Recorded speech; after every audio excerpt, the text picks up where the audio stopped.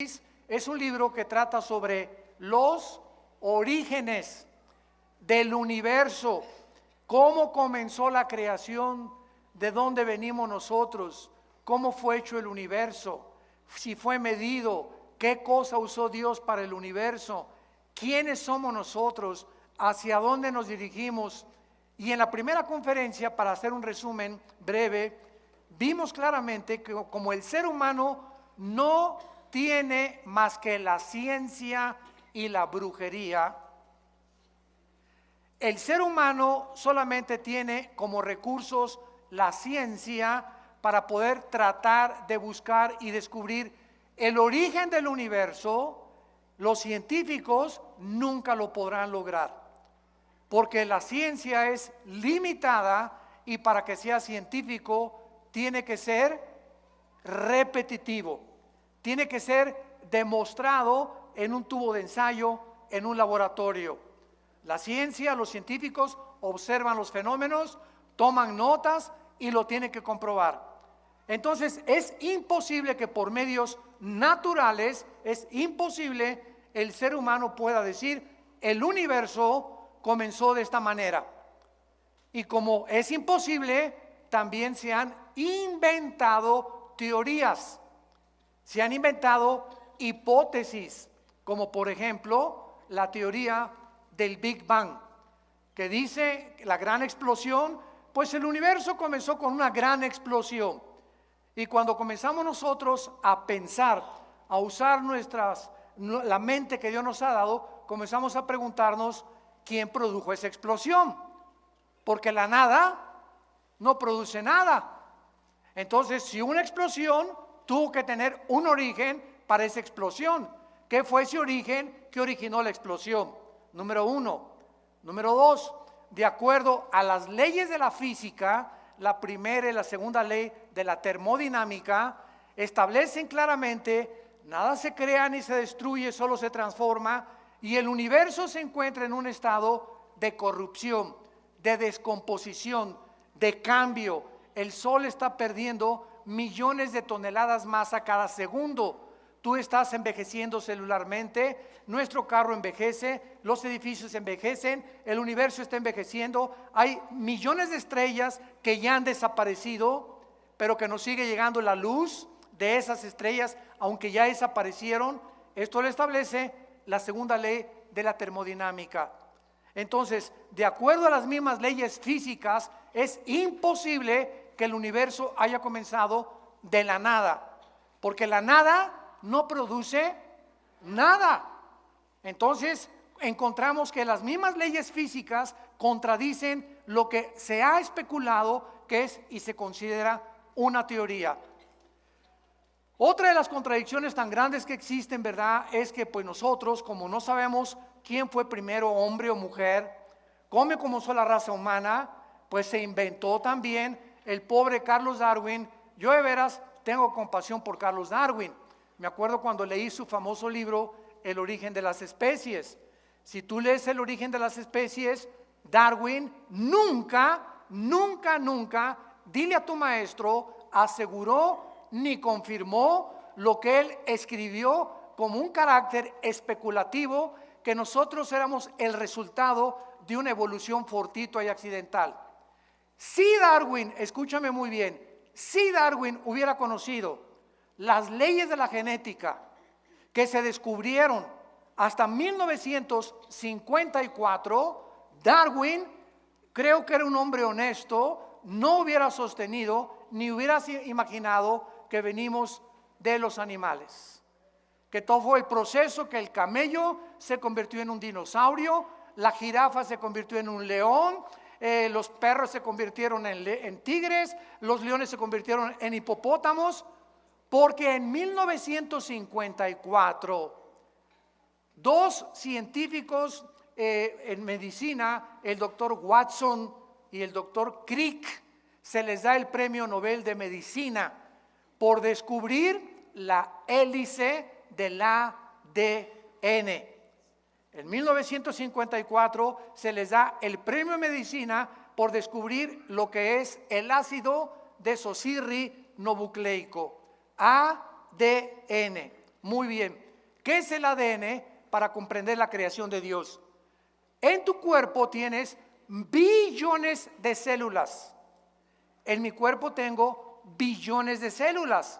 Y dentro de cada una de estas células existe un código genético hereditario, donde está escrito en este código microscópicamente condensado como un software, para usar el idioma cibernético del siglo XXI. Tienes un software dentro de ti, y dentro de cada célula que tú tienes y yo tengo está determinado tu estatura, el color de tus ojos, el color de tu piel, el lunar que tenía tu abuela en la espalda, lo berrinchudo del carácter de tu mamá, hasta características emocionales se encuentran microscópicamente en una célula. De ahí viene la famosa clonación, que es tratar de sacar el núcleo de una célula, introducírselo a otra para reproducir a un ser humano que es absolutamente una abominación delante de Dios. Pero gracias a esa información que nosotros tenemos, una célula de una oveja produce ovejas. Mis células jamás producirán changos. Ni las células de los changos producirán camellos, ni las de las jirafas producirán hipopótamos. Y cuando se descubre el ADN, el 62%, escúchenme muy bien, de los científicos que se decían ateos, se arrepintieron. No estoy hablando del arrepentimiento bíblico de aceptar a Jesucristo. Se arrepintieron de decir, nos hemos equivocado, porque es imposible física, biológica y genéticamente que el ser humano sea el resultado de una evolución accidental y fortuita. ¿Por qué? Porque para que haya una evolución demostrada, tiene que haber el cambio de una mutación a otra mutación. Jamás se ha descubierto una mutación de un perro a un gato, ni ha habido un cambio en los genes, ni en el ADN de un perro para que sea un gato o para que sea un rinoceronte. Entonces, las leyes de la genética impiden la evolución. Las leyes de la termodinámica impiden la evolución. ¿Por qué? Porque la evolución dice que vamos de menos a más. Y la Biblia dice que vamos de más a menos. O sea, cada vez más nos degeneramos. Cada vez más el universo se descompone. No comenzó el universo de más a menos, sino comenzó de más a más, de menos a más, como dicen los evolucionistas. Entonces, y las leyes de la biología, los aminoácidos, si tú eres bióloga o biólogo, son los ladrillos de la vida. Y los aminoácidos impedirán, han impedido y siguen impidiendo la evolución. Entonces nos encontramos con científicos que se enfrentan a la misma ciencia, a la biología, a la física y a la genética, que los arrinconan, pero que mantienen su posición intelectual por la soberbia, por no querer reconocer las mismas evidencias que la misma ciencia nos está ofreciendo, y Dios ha permitido que se descubran todas estas cosas científicas y tecnológicas para que el ser humano en el siglo que vivamos no tenga excusa de su ateísmo, de su escepticismo o de su ateísmo, ¿verdad? Porque ya un ateo no puede decir, como dijo Carlos Sagan, el astrónomo ateo del siglo XX cuando murió, es que si Dios nos diera más evidencias de que Él existe, yo creería en Dios. Por el amor de Dios, Carlos Sagan, no sabemos dónde se encuentra, ya se murió, pero por favor, la genética te demostró casi 50 años antes de que tú murieras que es imposible que el ser humano sea creado o el proceso de una evolución. Entonces, la ciencia pues no ha podido regresar y explicarnos eso, y tenemos otro recurso secular que es la brujería, el ocultismo, los magos, los astrólogos. Es que si yo soy Géminis, pues tú eres Virgo, no nos llevamos, y de alguna manera mis horóscopos me dicen que hoy no compro y no compro. Hemos llegado teniendo una mente y una razón que Dios nos usó, que Dios nos dio para usarla, hemos llegado a comportarnos como seres irracionales. ¿Cómo es posible que siendo racionales lleguemos a creer que la luna y el sol y Júpiter y la posición de los astros determinen mi conducta? O sea, somos personas determinadas, no autodeterminadas, sujetos a la influencia de los astros. Imagínense a dónde hemos llegado diciendo que somos sabios, se han convertido en necios. ¿Y todo por qué? Porque estamos buscando de dónde venimos. ¿Hay un propósito para vivir? ¿Hay una razón para vivir? ¿Realmente por qué existo? ¿De dónde vengo? Otra de las más grandes abominaciones del siglo XXI es el famoso transgénero. ¿Qué dice la genética? Por el amor de Dios, vamos a cerrar la Biblia. Vamos a las leyes de la biología, que las mujeres tienen 2 cromosomas XX, el hombre tiene XY. Cuando mi papá se reunió con mi mamá para parirme, el cromosoma Y de mi papá fertilizó el óvulo de mi mamá X y nací varón. Y todos los que somos varones tenemos un cromosoma que las mujeres no tienen. Y cuando tú eres mujer es porque tu papá, cuando tuvo relaciones con tu mamá, el cromosoma X de tu papá fertilizó el X de tu mamá y naciste mujer, naciste princesa y reina. ¿Cómo que no? ¿De dónde venimos? Estamos en el siglo XX, damas y caballeros, y se está enseñando que si un niño se quiere vestir de princesa y una niña se quiere vestir de soldado y de Rambo, les demos oportunidad porque tienen el derecho, imagínense, tienen el derecho de escoger su género cuando lo que determina nuestro género es la biología. Tú eres hombre por las cromosomas que tienes y tú eres mujer por las cromosomas que tienes. Así nos diseñó Dios. Entonces, si tú quieres cambiar tu papel o los elementos cromosómicos de tu naturaleza, ¿qué estás haciendo? Atentando contra la naturaleza. Dejemos a un lado la Biblia.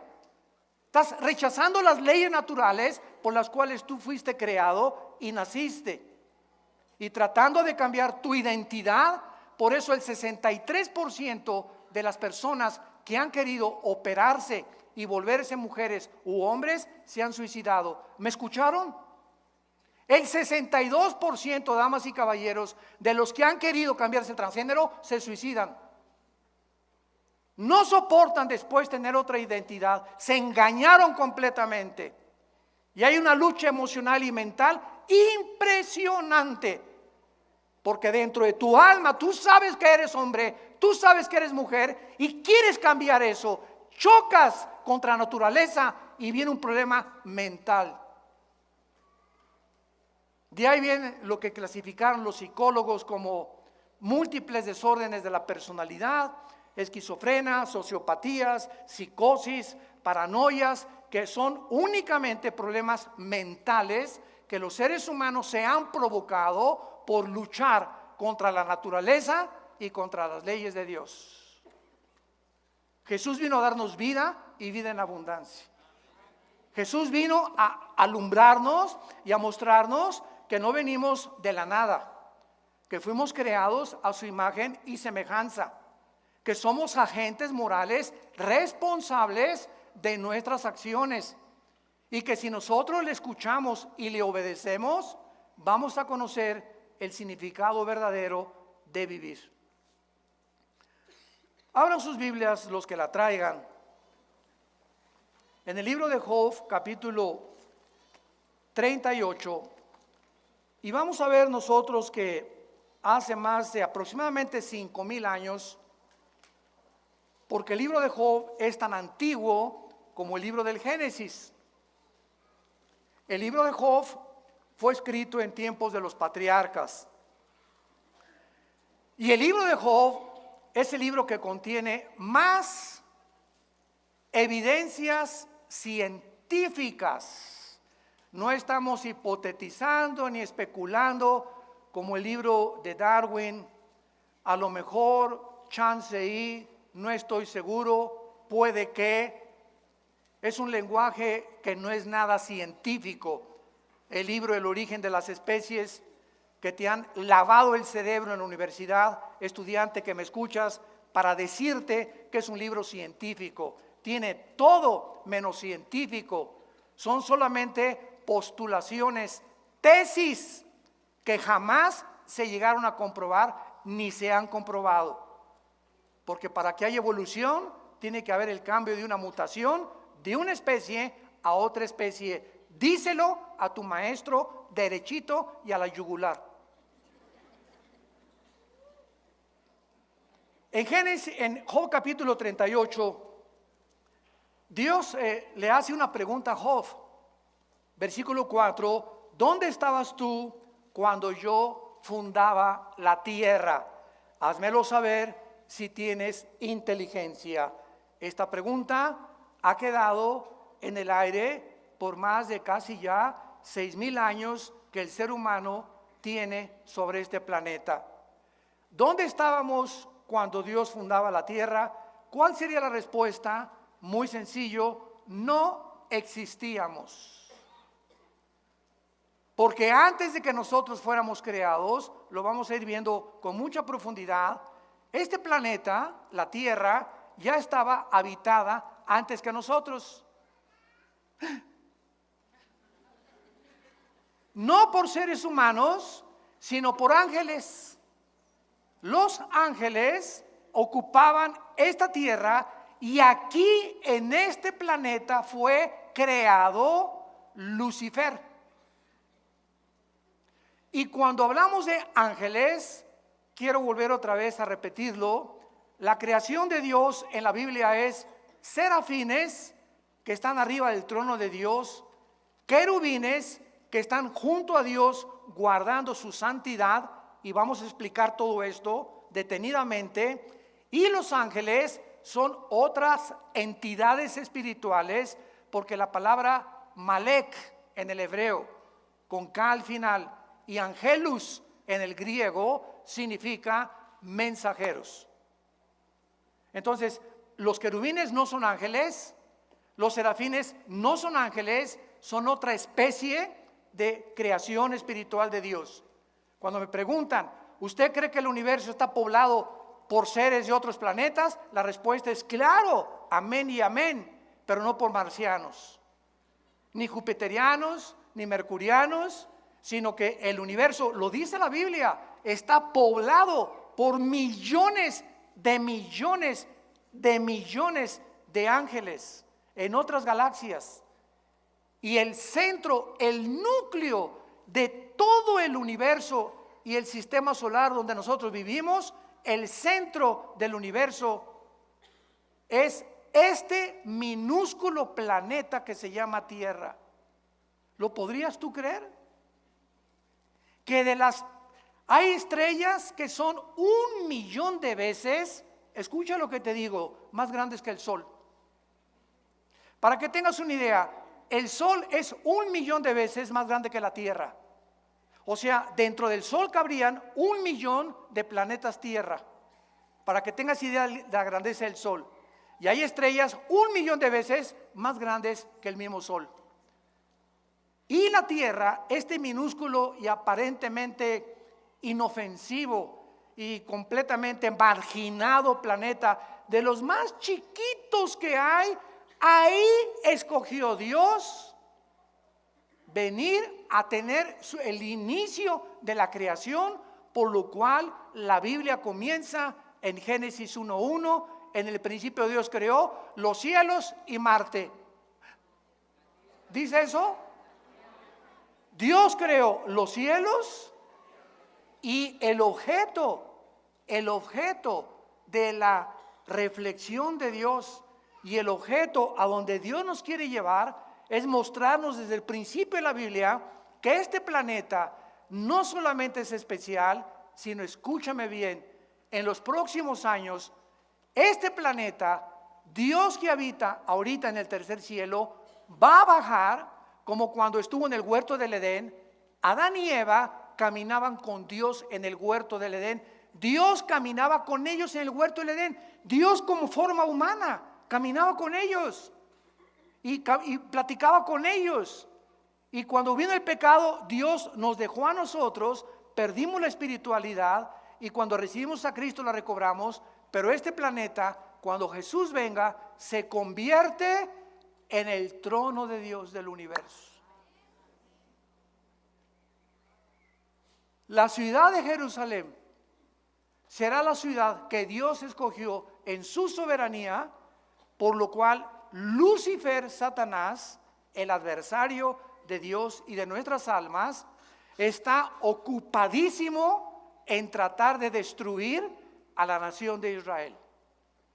Pero como la mayor parte del mundo, periodistas, conductores, analistas políticos, científicos, están ciegos a este libro, a la Biblia, y no ven más allá de lo que la Biblia dice, no entienden el conflicto espiritual que la Biblia nos muestra de por qué Hitler, los nazis, los quisieron destruir. Cuando los nazis teniendo guerra contra Rusia, contra José Stalin, Winston Churchill en Inglaterra y los americanos, Hitler se olvidó de Rusia, de Inglaterra y de Estados Unidos y se volvió contra un grupo étnico de judíos que no tenían armas, ni nación, ni ropa, ni dinero, con odio jarocho. Y los escritores, se leen como 8 biografías de los nazis y de escritores que no se explican por qué Hitler odiaba y se olvidó de la misma guerra que tenía con sus verdaderos enemigos para concentrarse en acabar con este grupo étnico a través de campos de concentración y matarlos de hambre, ahogarlos en el gas. ¿Por qué? No le hacían nada. Todo el mundo se pregunta, pero ¿cuál era el enemigo que él podía percibir o vislumbrar con los judíos? Solo la Biblia lo explica. Y por eso actualmente Jerusalén sigue siendo el centro de ataques del mundo entero, de todos sus enemigos alrededor, de destruirlo, echar al Mediterráneo, y nadie ha podido, desde 1948 que se establecieron como nación libre, soberana e independiente, nadie ha podido sacarlos de su tierra, porque así lo dice la palabra de Dios. ¿Y saben por qué es este odio? Porque Lucifer sabe, Satanás sabe que cuando Cristo regrese por nosotros, Jerusalén se convierte en la ciudad y el trono de Dios. Es el miedo que él tiene de que se le acabó su reinado en este planeta Tierra. Por eso el odio que él tiene contra la raza judía. Pero ese es otro tema que podemos abordar en otras conferencias. Muy bien. Y aparte aquí en Job capítulo 38, el capítulo que abrimos, después de que Dios le pregunta a Job que dónde estaba, y Dios cuando hace una pregunta, su sabiduría se encuentra detrás de los cuestionamientos que nos hace para ubicarnos en la perspectiva en la que debemos estar ubicados. Ninguno de nosotros existía cuando Dios fundó el universo. ¿Cuál es el resultado? Que como no existíamos, es imposible que podamos nosotros, por medio de nuestra sabiduría, investigación científica, poder llegar a poder concluir el universo comenzó así y así y así. Tenemos aproximadamente en la ciencia 96 métodos científicos para poder deducir o investigar el origen o el tiempo de las cosas que existen. O por ejemplo, vas a la escuela y te dicen el universo tiene, o la Tierra tiene 13 billones de años o 15 billones de años. Cuando un científico te dice, o un libro de astronomía te dice que la Tierra tiene 13 billones de años, pregúntate de dónde sacaron esa cantidad de años. Yo te voy a responder. De los 96 métodos científicos que existen, hay 3 que están usando que se llama, 1, el carbono 14, 2, el potasio argón y 3, la radiactividad. Muy bien, el carbono 14, que es el más aproximado para poder averiguar la edad de un fósil, de una piedra, es aproximadamente con un margen de error de 2 a 3 billones de años. O sea, ninguno de los métodos científicos son exactos, son aproximados. Muy bien, si los científicos dicen que a través de los métodos que la geología ha podido investigar, la Tierra tiene 13 a 15 billones de años, ¿no contradice la Biblia? ¿Por qué no la contradice? Porque la Biblia no dice cuántos años tiene la Tierra cuando fue fundada. Y yo creo que la Tierra tiene, el planeta Tierra tiene billones de años. Estoy de acuerdo con eso. El ser humano tiene 6,000 años de historia. Eso es lo único que es dogmático. El ser humano no tiene más de 6,000 años viviendo en este planeta. ¿Cómo lo sabemos? Por las genealogías que existen desde el libro de Adán hasta el Apocalipsis. Cuando Cristo vino y apareció en el mundo, lean ustedes Lucas y Mateo y van a encontrar hijo de tal, hijo de tal, hijo de tal, hijo de tal, hijo de tal, hijo de Abraham, hijo de Adán, hijo de Adán, hijo de tal, hijo de José, hijo de María, Jesús. Yo me preguntaba cuando estudiaba teología, ¿por qué Dios nos permite todos? A mí qué me importa hijo de quién, ¿verdad? Para acabar pronto, a la mexicana, ¿no? Bueno, y a mí, digo, ¿cuál es el propósito, no? ¿Por qué la Biblia nos pone la genealogía o la descendencia de Jesús desde Adán y desde Abraham? Y cuando ya comencé a profundizar aún más, descubrí porque a Dios le interesa, fíjense lo que les voy a decir, a Dios le interesa que cuando su Hijo Jesucristo apareciera en el escenario mundial, fuera el único ser humano de quien se pudiera citar o se pudiera deducir desde dónde venía. Toda su ascendencia de Jesucristo es la que se encuentra en 2 evangelios. ¿Y esto por qué? Porque a través de la prueba de las genealogías de Cristo, Cristo demuestra a los fariseos, a los religiosos, a los expertos en la ley, que Él era el Mesías que Dios había prometido. Sus credenciales venían por venir de María. María descendía del rey David. David descendía de la tribu de Judá. De la tribu de Judá descendía Isaac. Isaac descendía de Abraham. Abraham descendía desde Adán. Y esto lo prueba la Biblia para demostrar que Jesús no es Buda, no es Mahoma, no es Mahatma Gandhi, no es Walter Mercado, no es Confucio. Él es mi Hijo bien amado, en quien tengo toda mi complacencia. Cuando fue bautizado, fue la voz que se oyó: es Jesús, Él es. No sigas a Mercado, no sigas a Buda, no sigas a Confucio. Son hombres altruistas, son hombres que de alguna forma fueron buenos de acuerdo a nuestra calificación y nuestra perspectiva, pero no eran el Hijo de Dios. No eran los que tenían toda la sabiduría del mundo. No eran los creadores de la vida. Es Jesucristo, el que celebramos ahora en Navidad, el que es realmente y vino a darnos la vida eterna. El que dijo: yo soy el camino, la verdad y la vida. Yo antes de ser cristiano, ustedes lo saben, yo era ateo, comunista. No tenía otra, estaba decepcionado de la religión que mis padres me heredaron. Quería ser cura a los 12 años, me corrieron a los 6 meses. Cuando descubrí que me gustaban las mujeres porque me habían dicho que tenía que hacer el voto del celibato. A los 13 años estuvimos, mis hermanos y yo, en colegios lasallistas, y pues nos mandaron al seminario, vivíamos en Acapulco, y me dijeron una noche, nos juntaron a todos los que estábamos ahí en el noviciado, que ustedes tienen que enterarse que cuando sean ordenados van a tener que hacer el voto del celibato. Y le pregunté: perdón, ¿qué es eso? Que ustedes no se pueden volver a casar, o no se pueden casar nunca.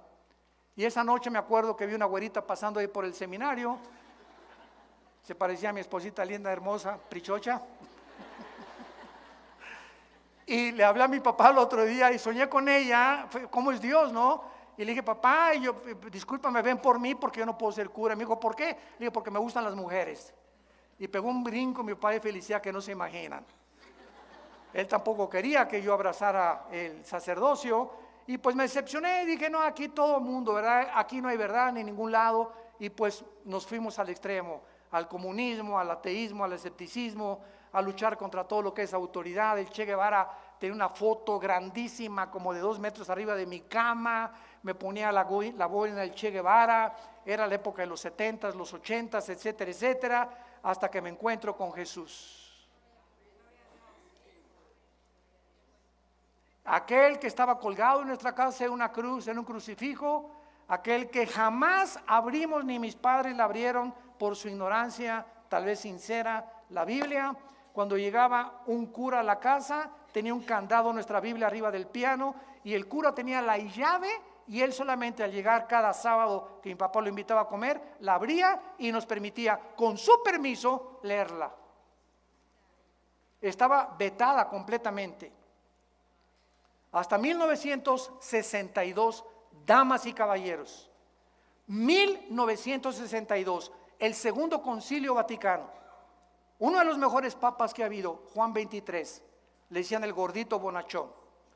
Juan XXIII, por primera vez desde el año 350 que Constantino cierra la Biblia y absorbe el cristianismo hasta 1962, se le dio permiso al pueblo de leerla. ¿Virgen? ¿De dónde? No encuentro el nombre.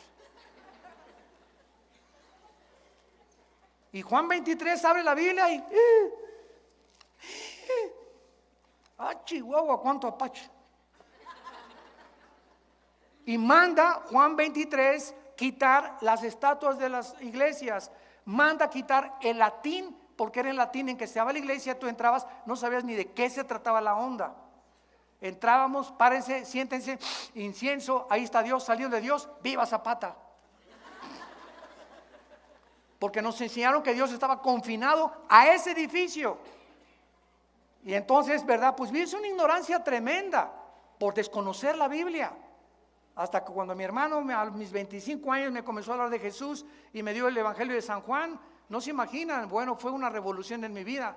Porque yo le pedía al Dios que yo no sabía que existía, sabía que si había alguien, yo quería saber quién eres tú, y le gritaba en las noches, ¿dónde estás? Si existes, dime quién eres tú, y voy a creer en ti. Y cuando mi hermano me dice, es Jesús el que tú estás buscando, y encontré el final de mi búsqueda, supe que había llegado al final de mi camino. Era el final de mi camino anterior y el principio de una nueva vida en Cristo Jesús. Muy bien. Dice aquí en el libro de Job que acabamos nosotros de abrir ahorita, que no solamente Dios hizo estas preguntas que no tienen respuesta desde la perspectiva humana, sino que también dice Dios y le pregunta, vean ustedes los signos de interrogación, versículo 5, Job 38. La segunda pregunta es, ¿quién ordenó sus medidas si lo sabes? ¿O quién extendió sobre ellas cordel? Esto es interesantísimo porque el planeta Tierra tiene peculiaridades que permiten y facilitan la vida humana y la vida de los animales, de los peces y de las aves, gracias a las medidas que tiene, a la distancia que tiene del Sol y al movimiento que tiene sobre su eje de rotación y de traslación alrededor del Sol. Escuchen esto, de acuerdo a los astrónomos y a los científicos, la Tierra tiene una inclinación exacta de 23 grados y medio. La Tierra tuviera 1 grado a la derecha, 1 grado a la izquierda, se congelarían los polos, no habría vida, no sería posible la vida. Al mismo tiempo la Tierra tiene un movimiento sobre su eje de 24 horas. Y al mismo tiempo que la Tierra gira uniformemente 24 horas, ahorita estamos moviendo, si no lo sentimos, por las fuerzas centrípetas y las fuerzas nucleares y las fuerzas que existen cósmicas, no sabemos que está moviéndose la Tierra, pero estamos girando en la Tierra, se traslada alrededor del Sol en diferentes distancias. Esto hace la primavera, el verano, el otoño y el invierno. Mientras más lejos del sol, invierno, más cerca del sol, los veranos. Toda esta secuencia de estaciones de la distancia del sol le hacen preguntarle a los astrofísicos y a los físicos matemáticos las siguientes preguntas. En la física hay una ley que se llama la ley de la velocidad y de la fuerza. ¿Qué quiero decir? Si yo tengo una canica ahorita y le hago a la canica así, le estoy aplicando una fuerza determinada. Esta fuerza que le aplica a la canica impulsa a la canica a que viaje determinada distancia, pero ¿qué pasa? Se tiene que parar, ¿correcto?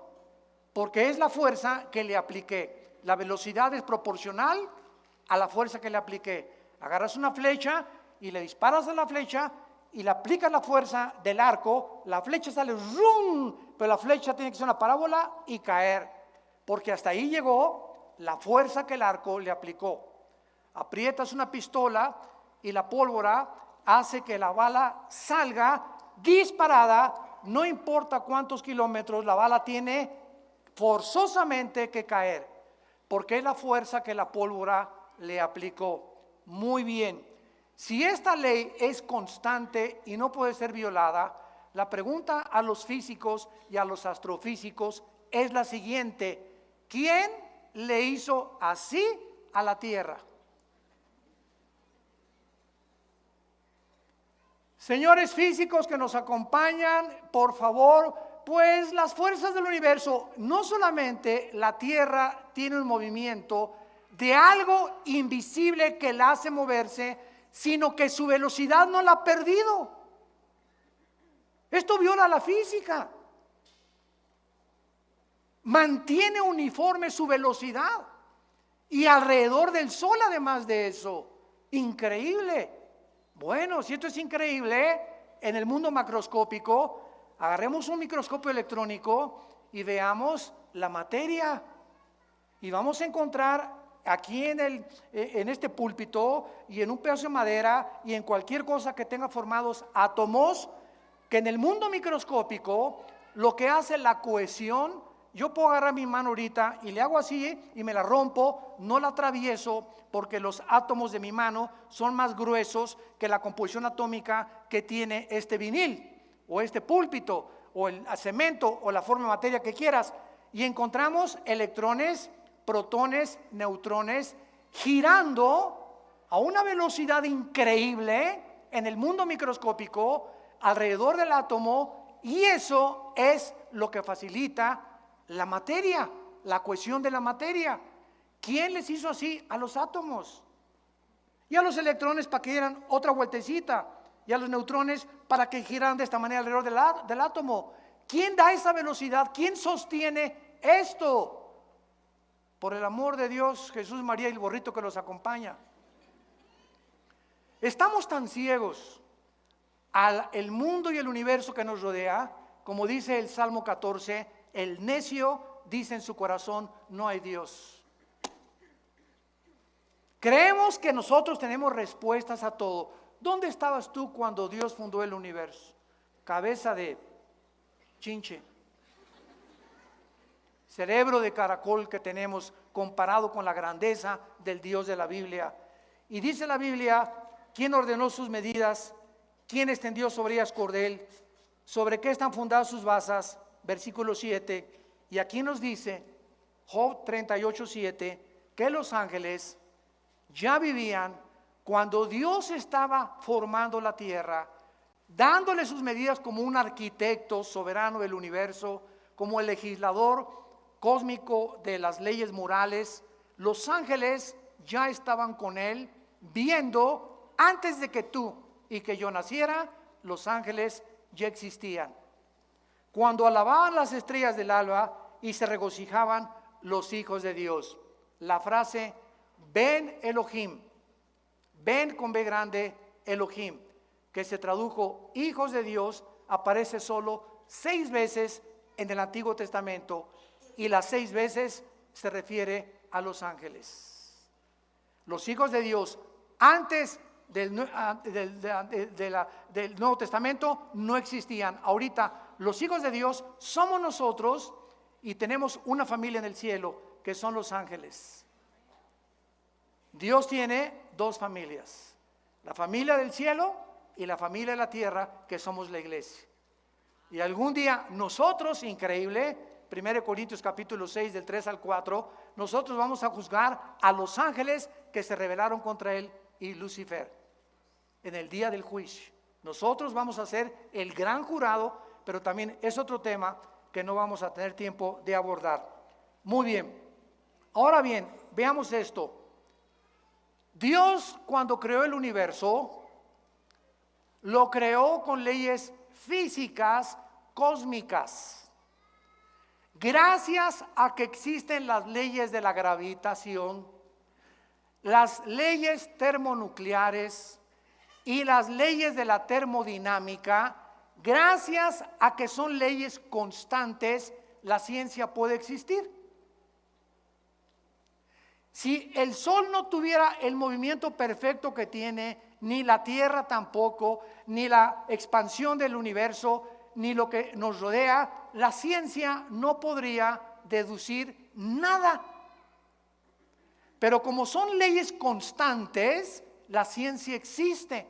Y te pueden decir, va a haber un eclipse el año que entra, o va a haber un meteoro que se acerca a una velocidad dentro de 3 meses, o va a haber un eclipse de luna dentro de 4 meses, gracias a la uniformidad, a la afinación, a la inteligencia y a la sabiduría con que el universo fue creado. Muy bien, estas leyes cósmicas que existen en el universo solo existen en el universo. Sígueme con cuidado. Antes del universo, ¿dónde estaba Dios? Yo veo así mucho humo que sale por allá. Les dije que íbamos a darnos un banquete con esto. Eso es maravilloso. Ahí me emociona compartir todo esto, todos estos tesoros tan preciosos de la Biblia. ¿Dónde estaba Dios antes del universo? La Biblia lo dice en Isaías 57:15. Él vivía en la eternidad. Vamos a ver, ¿qué es la eternidad? Vamos a pintar aquí algo invisible arriba de mis manos. Esto es la eternidad, una dimensión desconocida. Muy bien, la eternidad no tiene tiempo. En la eternidad no existe el tiempo. No existe el pasado y el futuro, nada más el presente. Por eso Dios se revela en Éxodo 3, yo soy el que soy. El del presente nada más. En la eternidad no existe el tiempo como nosotros. Cuando Dios dice, en el principio Dios creó los cielos y la tierra, sígame con mucho cuidado, Dios en la eternidad mete un principio y un final que ya no pertenece a la eternidad, sino al primero, segundo y tercer cielo. Los 3 cielos que menciona 2 Corintios 12, 2 y 3 no existían cuando Dios vivía en la eternidad, ni cuando Dios no había creado el universo. Era el Padre, el Hijo y el Espíritu Santo, nada más. Entonces Dios inicia el universo con un tiempo. En el principio, cuando dice, en el principio Dios creó los cielos y la tierra, en ese principio vino a la existencia la materia, el tiempo y el espacio. Pertenecen al principio del tiempo y vamos a tener un final. Ahora bien, nosotros los seres humanos estamos encerrados en un universo de 4 dimensiones: alto, bajo, ancho. Y Alberto Einstein, 1943, concluye y postula su famosa fórmula E igual a mc al cuadrado, que significa la energía es igual a la masa por la velocidad de la luz al cuadrado, y se establece el tiempo física, astronómica y científicamente como la 4ª dimensión. Y ahora el mundo científico acepta que el tiempo forma parte de las 4 dimensiones donde tú y yo vivimos. Pero como Dios es eterno, Él está fuera del tiempo, ¿correcto? Él está fuera de nuestras dimensiones, porque estas 4 dimensiones no existen en la eternidad. Y esta es la razón por la cual este libro que tengo en mis manos, señores ateos, escépticos y agnósticos que nos visitan, este libro que tengo en mis manos es un libro hiperdimensional. ¿Qué quiere usted decir? Lean Apocalipsis. ¿Cuándo fue escrito Apocalipsis? ¿Hace 2000 años? ¿No? ¿Verdad? ¿O no? No se queden callados, échenme porras, hombre. No me hagan solo. Claro que sí, fue escrito hace 2000 años por el apóstol Juan.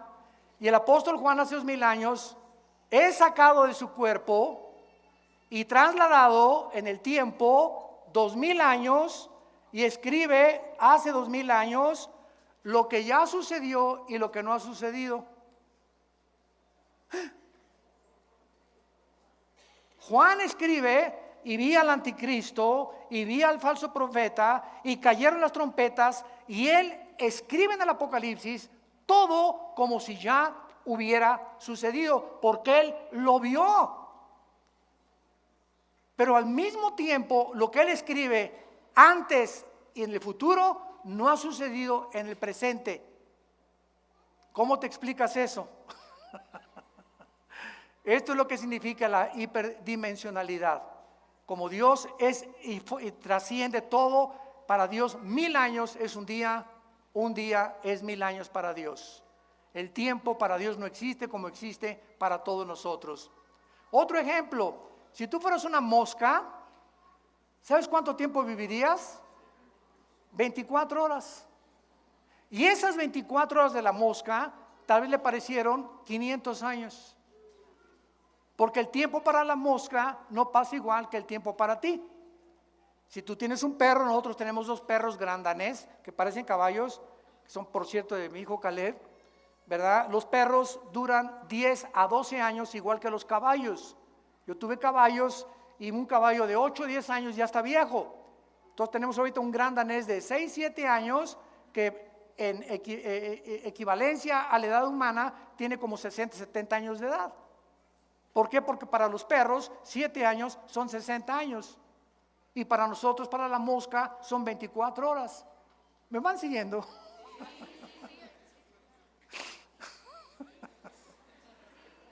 O aterrizamos. Ya no sé, Señor, ayúdanos. Yo le pido a Dios que me ayude a poder explicar todo esto. Y a veces no hay las suficientes palabras para poder explicarlo. Pero en 2, 3 años lo vas a entender.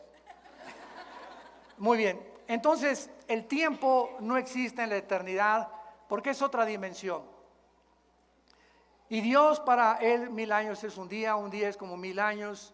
Para la mosca son 24 horas, que a lo mejor son 500 años. Para los animales, perros y caballos que tienen el mismo tiempo también es lo mismo. El que más dura es la ballena, por ejemplo. La ballena puede durar 80, 100 años, una ballena. Entonces así todos los animales tienen su dimensión. Los peces en el agua tienen también su dimensión y ellos viven en una dimensión